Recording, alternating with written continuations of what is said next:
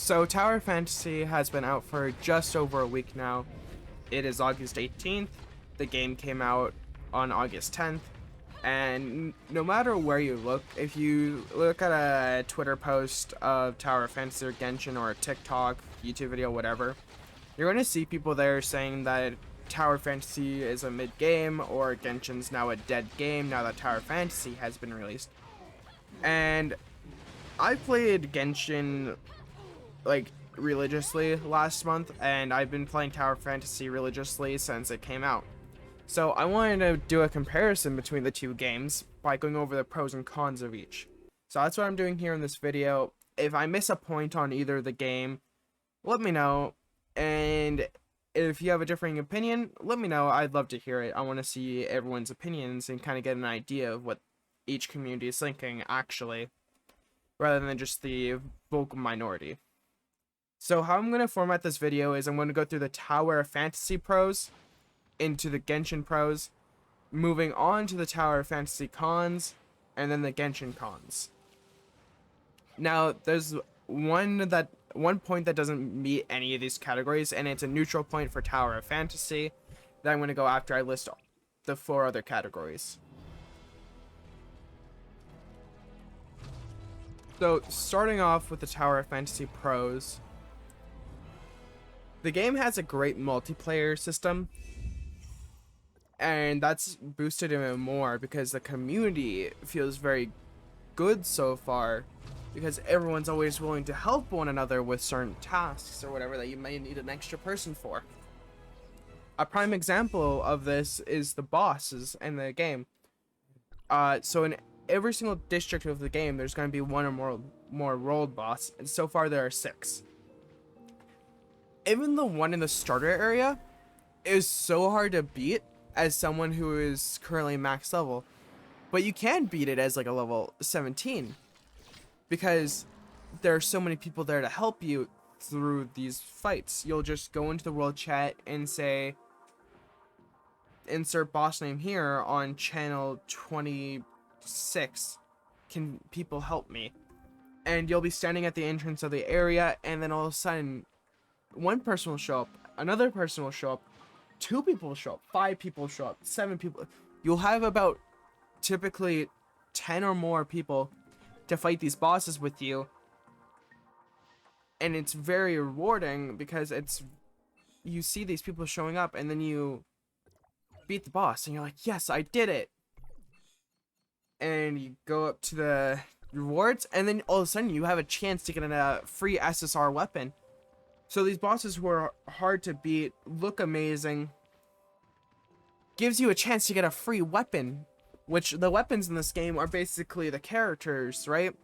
So you get a chance to get this free, like 5-star, and it's for free basically, and you just feel very rewarded, which is why I think the game is very free to play friendly, because exploring the world, you get free wishes, so free pulls. Beating a world boss, you have a chance just to get a free SSR. And every single time you do a pull on the gold banner or the red banner, right? The gold nucleus and the red nucleus, which are 2 systems of wishing in the game, like 2 different kinds of wishes. You get a token, and you can use these tokens to buy a constellation, or in this game they're called a star, for free with these tokens, so you can buff your character as long as you own them, and that feels very, very rewarding and very free to play. I have not spent a dime on this game, and I have 9 or more SSRs, whether it be I pulled the same character a couple times or if I got new characters, and I generally don't think I'll have to spend money on this game. I might in the future, but I don't think it's necessary in this game to get the character you want. So on to my next point, right, is, which kind of coincides with my last point, is there's lots to explore and you get bonuses for exploring. There's so many different districts in this world, and they all feel so different, but yet kind of the same. They feel familiar, part of the same world. It's not incohesive, it's cohesive, actually, like the world building of this game. because you'll be in one area and you'll talk to an NPC and they'll talk about the mines and stuff, and then eventually you'll get to that area, which is its own area, and it feels like the mines, but it still looks like the same world as the last area. And that's very nice. But while you're exploring these areas, you can have world objectives where you can get a free wish by doing it, and they're very easy to do, and you get them for free. And that's very, like, that makes me want to explore. Every time I see one of the, it'll have like a little dot on the map, and I see that, and I'll stop what I'm doing and I'll go run to it because I want that free wish. But as you collect these wishes, you get a percentage put towards the completion of the area. And after every so often when you reach a milestone, it'll give you free wishes. Maybe it can give you an outfit, a title of the area, a way to increase your stamina, and it's very rewarding. I like that very much. They did a very good job while building the world of this game. It gave you incentive to explore, and it gave you more free-to-play options. And while you're exploring, it doesn't feel like a drag, and you're not just waiting to get these rewards, because the movement of this game is very nice. There's so many options. Running doesn't cost stamina. You have relics that help you move, whether it be a grappling hook, a jetpack, which launches you in the air and then it lets you glide, or a jetboard, or many other ones I possibly haven't even found yet, or realize they have a movement capability. And you also get a vehicle through the story, which you can get different types of vehicles also after that, but it doesn't cost fuel and it goes faster than you're running. It's a little clunky, but it gives you another movement option. And I just love having so many options for this. And it makes me want to explore more and more and more. And I just love that they put that into the game. Now, moving away from things to do after you start the game, and moving on to what you do at the beginning of the game, we got character customization. It's a pretty good character customization selection screen. You know, you got so much stuff to choose. You can change how your cheekbones look, your neck, your nose, your everything basically.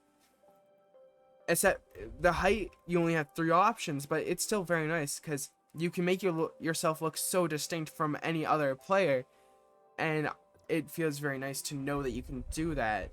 I spent, like, before the game came out, during the pre-download, I did my stream where I did my character customization. I spent like 30-40 minutes in there doing that. Now, for the last 2 points of the pros of Tower of Fantasy, I got, and I'm gonna go through these very quick, it has banger music. You'll be fighting someone, and then all of a sudden you'll just start bobbing your head because the music gets so good, and that's like your instinct is to start bobbing your head or start doing some kind of thing to do with the rhythm of the game, because they knew what they were doing when they made the music of this game. And the last point is, it's not afraid to go a little hard with the story in moments. Like, first hour of the game, there was a moment where it just had me going, what the fuck is happening right now? Because it went a little hard. It went a little dark with the story. I didn't expect that with this game, and I loved it. It was very good. I think they did a very well job with that part of the story. So now we're moving on to the Genshin Impact pros. The list isn't quite as long, but I feel like the points that I make for them are kind of adds up to being equal as the Tower Fantasy pros. So starting off with it has a great story.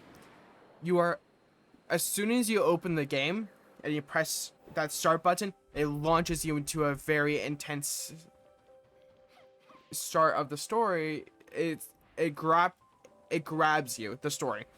You can't help be like, what is happening? What is gonna happen? I don't know. And it keeps moving that way. Like, it slows down in some bits, but every single time you go into the area and then you you go into a new area and it builds up and it hits a climax, and you're like, oh my god, that just happened. The story is very good in this game, let me tell you. Genshin does a very good job with the storytelling. it has not only storytelling for your character, the main storyline, but then it also goes into story of the other characters you have. You can learn more about their past and everything, and there's so many characters in this game, so there's always story to do, and you're never really bored of it. Which actually, speaking of the characters, goes into the next point, is this game has lots of character and weapon choices. As long as you keep winning those polls, keep winning them 50-50s, you're gonna have a new character to play, and you're gonna have fun with that character. Not many characters in this game feel boring, let me tell you that. And when you get this new character, you can do after you get the new character, you can explore, because there's lots to explore in this world. Segue, bam, look at me go. You start off the game, right, in Mondstadt, and that place is very big. There's always lots to do. It feels very free. You look around and you can see so much stuff. You can go to any of these areas basically, and you explore them all. And then you go into Leeway, and you look around, and there's so much to explore. It doesn't look like it's open, but then you climb up a mountain, then you look around, and there's so much more there as well. And then later on in the story, you manage to make your way to Inazuma, and there's so much to explore again, with a new movement option being a boat. So, my next point is the game feels very polished. There are little bugs, and if there are some, they are fixed fast. If there's any major bug, they fix them very fast as well. And they give you some rewards for that, being like, hey, we are sorry we messed up and let this bug slip through the cracks. Have 100 Primo Gems, or have 50 Primo Gems, or whatever. Which is actually, another point is it has some free-to-play options. Not as many as Tower of Fantasy, but they still have some options to be a free-to-play player. Every single day you log on, you got 4 commissions to do, which give you 10 Primo Gems each, and when you hand in all 4 of them, you get 20 more on top of that, so you get 60. So within 2 days, you get a free wish, or within a couple days, you get a free wish. And while you're doing this, doing your dailies, you can find a chest around where you get 5 Primo Gems, 2 Primo Gems. You do the story, you get Primo Gems for doing the story. It's not as much as Tower of Fantasy, but you still can be a free-to-play player and be successful in the game for doing that. Now, my last point in Genshin Impact for the pros, the music slaps. You're in Leeway, you're exploring, and then you just hear that music come on, and it's so relaxing. It's so good. I love the music in this game. They did that aspect of the game so well. And that wraps it up for the pros. Now we're going to move on to the cons. And we're starting off with the Tower of Fantasy cons. The list is kind of short, but they are very serious cons. The game has a lot of bugs. The game did just come out and they're already fixing them, but they're very noticeable. During boss fights, I'll be hit by a big attack, right? And I'll teleport across the world. I'll be in a completely different area. I've been in points where I've been on a VC with friends doing big bosses, and I'll just be gone. I'll just vanish, and I'll just be like, guys, I don't know where I am. Because I'll be in one area doing the boss fight, then I'll end up basically beside another boss fight, which is across the world, and it's very disorientating. But they're fixing it slowly but surely. They're making sure that they're making the game more polished as time goes on. The story is a little lacking. There's points in the story where I just want to hit that skip button. I don't want to do it anymore. I don't want to listen. I just want to move on, get my experience, and continue exploring. And I really wish the story was more enticing, but sometimes you just don't want to listen to the same thing over and over again, or you don't want to listen to this boring plot point because this character is not very interesting. But overall, the story's okay, but it lacks a little bit here and there. One of the big cons of this, which I really wish they didn't have this issue, is there's lack of diversity within the characters and the simulacrums, which are the weapon, people who held the weapons before you, whose consciousness are the weapons, basically. There's lack of diversity. None of the weapons that you get are people of color or anything. And same with the characters you typically see throughout the story. There's no people of color or anything. There's no diversity in it. It's just the same basically throughout. In the character customization, you can make yourself a person of color and whatnot, but you can't do that with the current characters that are in the game. You can't be like, oh, I love this character's design. Oh, hey, wait. I relate to this character because we had the same skin tone or we're the same ethnicity or whatever. No, you can't do that in this game. And I feel bad for people who have that issue. And I hate to move on from this point because it's such a big point for me. Because I wish they would fix this issue with future characters, and I hope they do, but as of right now, we don't have anyone of color as a playable character or anything like that, unless if you set it as your playable character. And at that, the options are not that vast. But moving on from that point, in order to play with your friends, you need to start off on the same server. You can't switch servers and keep all your stuff, so you need to be coordinated with your friends in the beginning when you're both starting the game, being like, I'm on this server, join this server so we can play together. That's just an issue with most MMOs, though, to be honest with you. Now, the last issue in this game, I feel like the last issue is right now, is there's lack of chat moderators. There are bots spamming scams. There are people being very inappropriate and just constant stuff like that. But there's a lot of good people in the chat as well. There's just the few bad apples. Now, moving on to the Genshin cons, I have three main things, okay? If you want a character, either you need to save your Primo Gems up for a long time, or you need to spend money. That could be a thing in Tower of Fantasy 2, but it's significantly worse in Genshin. Because in order to get a character, you need a guaranteed 5-star, you need to do 90 wishes, and in order to get the Primo Gems, you have to work so hard to get them. So it's a little pay-to-win-esque. Even though there's no PvP, it's just like, if you want this character, if you really want this character, you're gonna have to drop some money on it. There's also... This game also has the same issue as Tower Fantasy with lack of diversity. There's not many people of different skin tones in the game. There's like 2 people of color before the Dendro update and everything, and even in the Dendro update, nah, not really doing that great there, Genshin, you know. And my last point of Genshin's cons is it has pretty bad movement. You got 3 options, that's it. It's kind of boring. I played Tower Fantasy religiously since it came out. I went on to Genshin to record some content for a video I was doing on TikTok, and it felt so horrible to play it. The running felt horrible, the gliding felt horrible, so it was so slow. And it's very unfortunate because I really like to play the game, but with these movement issues that I'm having, I don't know if I'm going to go back to it very much. Because of that one point. Now, going on to the Tower Fantasy neutral point, though. This one's good and bad. It really depends on where you're coming from, which viewpoint you're looking from, and everything. It's some stuff such as story and chess are locked behind a timer to keep consistent content rolling out.